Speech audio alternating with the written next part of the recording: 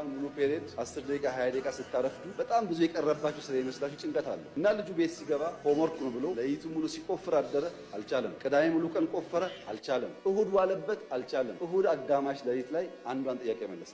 አንዷን መልሶ አንዱ ከበደው። አርብ፣ ቅዳሜ፣ እሁድ ሁለት ጥያቄ ለመመለስ ሲፈጋ ቆይቶ እሁድ ለይት አጋማሽ ላይ አንዷን መልሶ አንዷ ቀረችውና ሰኞ ጠዋት ትምህርት ቤት ሄዶ የፊዚክስ መምህር ገብቶ አዲስ ቻፕተር መጻፍ ጀመረ። ተማሪው እንዴ መምህር የባለፈው ሳምንት ሆምወርክ ሳለ ያማል እንዴ ባለፈው ሆምወርክ አልሰጠውም ይላል መምህሩ። እንዴ ሁለት ጥያቄ ጽፈው አርፍጄ ገብቼ ጽፌያለሁ እኮ ይላል። እና መምህሩ ምን አለ? እነዚህ ሁለት ጥያቄዎች እኮ በዓለም ላይ ያሉ የፊዚክስ አዋቂዎች ሞክረው አቅቷቸው ያልተመለሱ ጉዳዮች ናቸውና እዚህ ያለውም ተማሪ ጊዜ እንዳታባክኑ እንኳን እናንተ ሳይንቲስቶች አልመለሱትም እየጻፍኩላቸው እንጂ ስሩ እኮ አላልኳቸውም ማለት። እንደዚያማ ከሆነ አንዱ መልሼዋለሁ።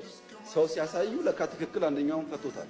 ዓለም አልቻለም የተባለው ለምን ስላልሰማ አትችልምና አትስራው ብሎ መምህር ሲጽፍ ቢሰማ ኖሮ እሱም አጣጥፎ ይቀመጥ ነበር። እሱ አልሰማም አትችልም ማለት ነው። እና የተከበረው ምክር ቤት ኢትዮጵያ ቀይ ባህር አይገባት የሚለውን አልሰማንም።